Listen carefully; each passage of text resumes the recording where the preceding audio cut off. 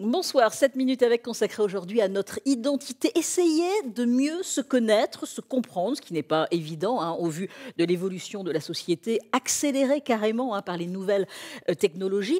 Alors mon invité s'y est intéressé dans un livre, Je ne sais plus qui je suis, 7 minutes avec Thierry Delcourt. Bonsoir Thierry Delcourt. Bonsoir. Merci d'avoir accepté notre invitation. Vous êtes pédopsychiatre et auteur de ce livre, Je ne sais plus qui je suis, aux éditions Max Milo. Alors, dans ce livre, vous posez énormément de questions, vous y répondez aussi, sur notre identité. Essayez de mieux se connaître, mais parfois, c'est véritablement compliqué, vu l'évolution de la société carrément accélérée actuellement par les nouvelles technologies. Ça perturbe certaines personnes. Vous le constatez régulièrement dans votre cabinet ? Alors oui, certainement. Il y a deux choses distinctes. C'est mieux se connaître, ça c'est toujours très important. Oui, bien mais sûr. il y a aussi avoir une identité solide, c'est-à-dire les pieds sur terre, et savoir à peu près qui on est, et avoir une façon de s'approprier sa vie. Et voilà. Et ça, c'est délicat. Et c'est d'autant plus délicat quand il y a finalement un parasitage très important des écrans, on en parle beaucoup, des influenceurs, tout va vite actuellement. Et tout va vite en plus. Tout va vite. Est-ce qu'une identité en souffrance, c'est chez toutes les générations ou plutôt chez les jeunes ?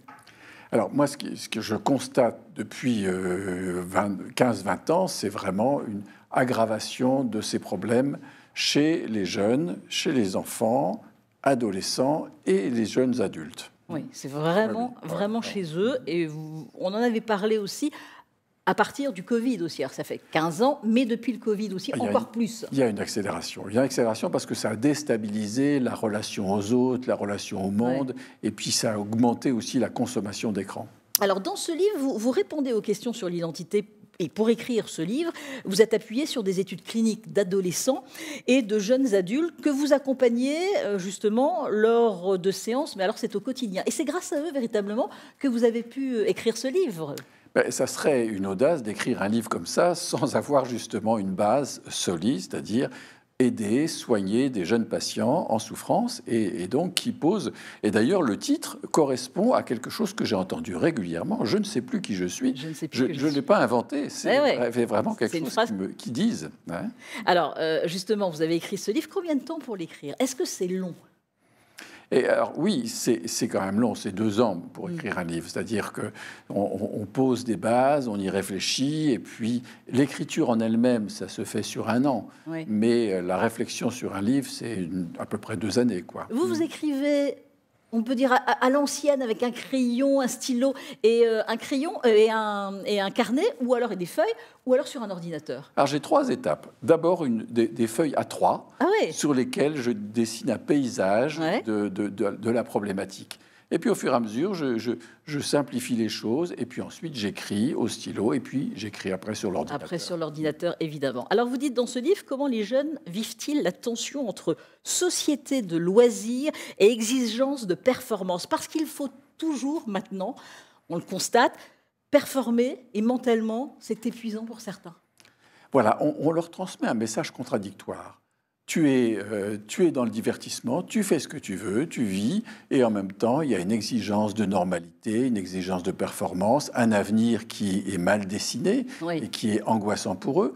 Et donc voilà, c'est cette contradiction qui, à un moment donné, amène de la souffrance. Oui, et puis il y a des personnes qui se perdent, il y a ce phénomène d'emprise sociétale, et des personnes se perdent carrément dans leur vie, dû, et on disait, à une évolution quand même rapide, comme l'intelligence artificielle, alors qui peut être un plus dans certains domaines, mais qui peut aussi perturber certaines personnes. Mais oui, c'est-à-dire que quand on a une identité solide, qu'on sait approprier sa vie, qu'on sait où on va, eh bien l'intelligence artificielle va être un outil.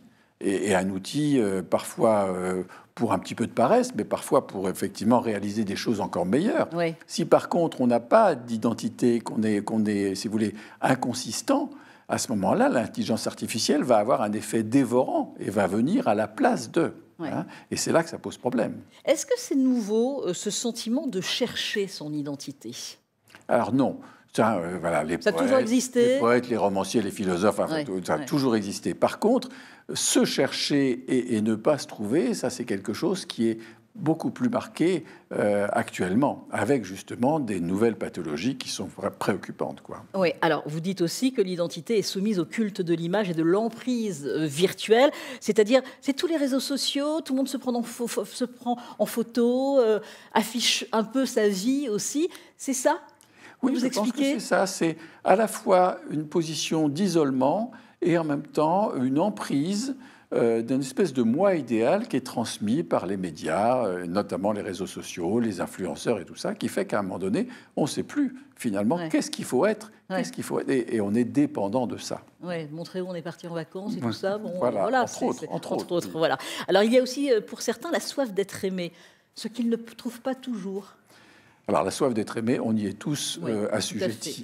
Voilà. Parce que ça peut être aimé d'un conjoint, d'un compagnon, mais ça peut être aussi de la famille, évidemment, hein, c'est ça. Mais effectivement, l'isolement fait que cette soif d'être aimé, y compris les problèmes parentaux, si vous voulez, les problèmes de famille qui se posent en ce moment, et qui fait qu'à un moment donné, il y a un grand doute sur le fait de se sentir aimé et d'exister à travers l'autre. Alors, vous le dites dans votre livre, la question n'est pas « c'était mieux avant », mais qu'est-ce qu'on fait avec la nouvelle donne sociale, politique et économique? Oui. En 20 secondes. Voilà, c'était mieux. C'était pas mieux avant. Hein, non, voilà, c'est ça. Et vous le dites. Par contre, effectivement, à un moment donné, il va falloir légiférer sur un certain nombre de choses, y compris sur les écrans, y compris sur un certain nombre de relations à soi-même et d'expériences de vie. C'est à partir des expériences de vie et des obstacles qu'on affronte qu'on devient quelqu'un. Et vous êtes là pour les écouter dans votre cabinet et aussi pour les aider, évidemment, à s'en sortir et à s'aimer. Je ne sais plus qui je suis aux éditions Max Milo. Merci beaucoup Thierry Delcourt d'avoir accepté notre invitation. Je rappelle que vous êtes pédopsychiatre et auteur de ce livre.